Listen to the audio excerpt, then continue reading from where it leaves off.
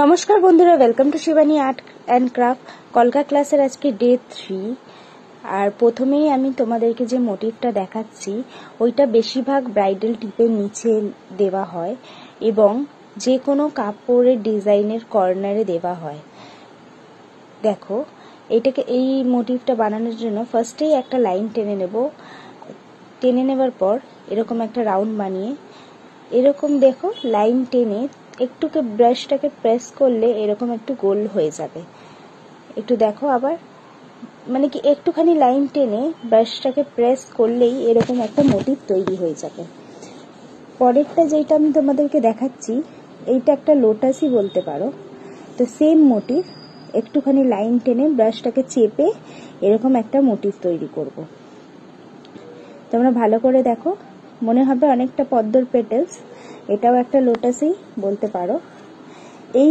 এইটা একটু প্র্যাকটিস করতে হয়। এই মোটিভটা একটু লাইন টেনে ব্রাশটাকে প্রেস করলে এরকম সুন্দর একটা হয়ে যাবে।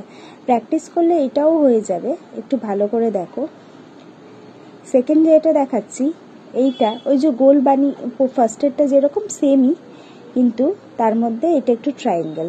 এইগুলো বেশিরভাগ যে কোনো কর্নারে ইউজ হয় বা ব্রাইডালের টিপে ইউজ হয়।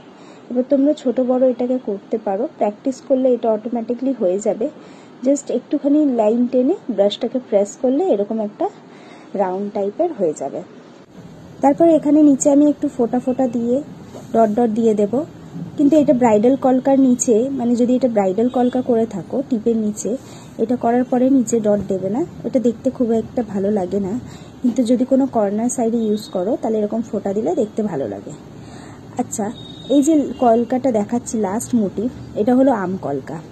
আম কলকা আমাদের খুবই কাজের একটা কলকা, যেটা খুবই খুবই খুবই ভীষণ একটা ইম্পর্টেন্ট কলকা। দু সাইড করেই দেখালাম। আম কলকা করার জন্য প্রথমে একটা ফোঁটা দেব, আর ফোঁটাটা নিচে। যদি আমার ভিডিওটা ভালো লেগে থাকে তাহলে লাইক শেয়ার ফলো করে দিও। ফের দেখা হবে পরের ক্লাসে, ততক্ষণের জন্য বাই বাই, টাটা।